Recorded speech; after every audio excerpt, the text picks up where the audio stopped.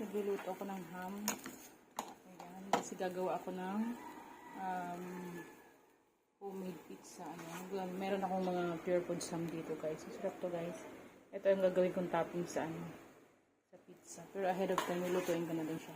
Hi guys! Today, gagawa ako ng homemade pizza. Ayan. Bumili ako guys ng pre-bake pizza. Ayan. Gourmet pizza crust. Ang bili ko nito 101. Okay. So, ayan. Kinakagat-kagat na ng mga ipis-ipis. Oh. Hot spicy. Tapos, ketchup. Cheese. Ayan. So, let's get started guys. So, ayan guys. Mag-chop na lang tayo muna ng ham. Okay. Niluto ko na yan kanina guys. Yung Marpex non-stick. Ayan. Palitin na lang natin ito guys. Cook na siya. Siguro ganyan na lang natin. Yummers. Okay. Pag natuyo na itong ham, medyo na siya. Dapat hindi sobrang luto. Tamang luto lang. Okay. Set aside. Then another one. Ito medyo malambot lang. Hindi siya overcook.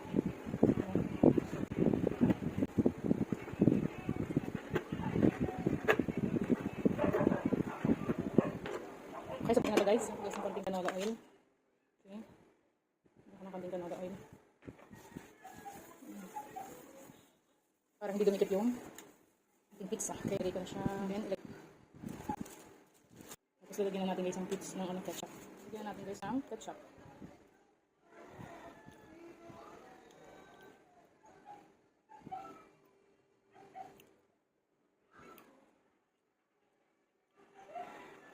Spicy to guys, hot and spicy.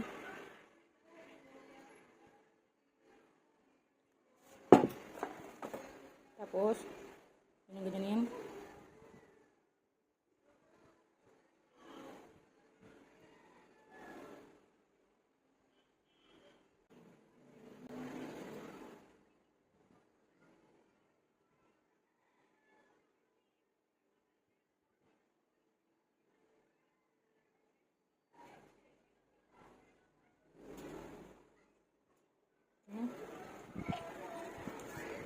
Lagyan na natin guys yung mga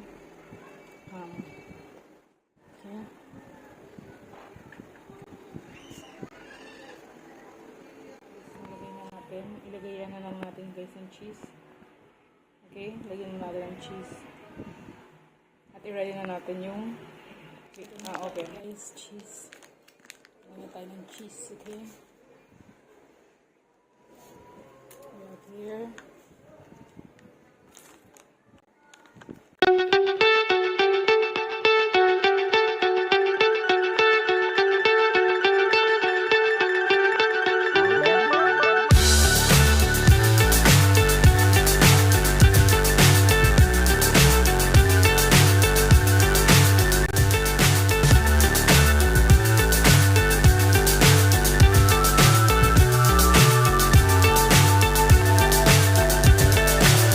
So high I'm hypnotized.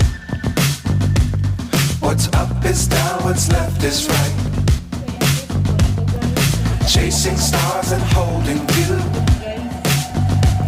I can't see the end, but we'll see it through.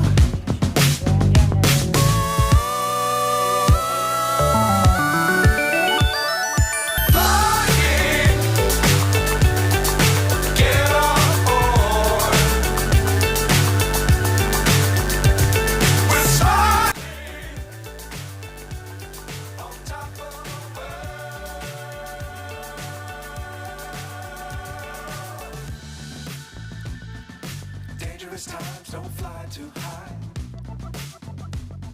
Be sure to keep the ground in sight.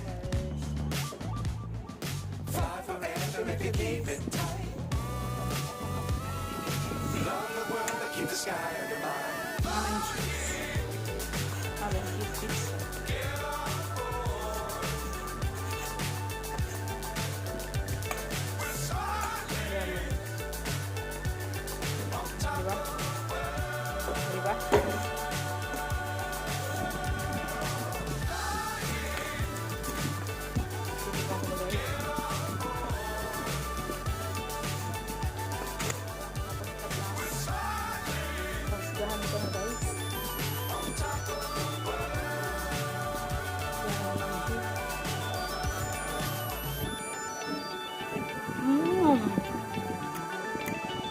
spicy.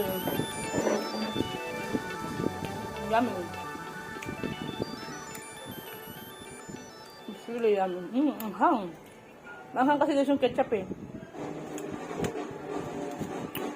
Chili's here.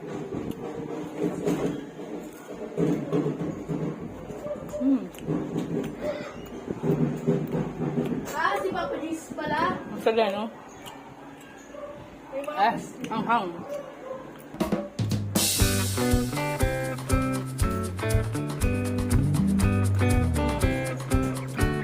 Thanks for watching. Bye.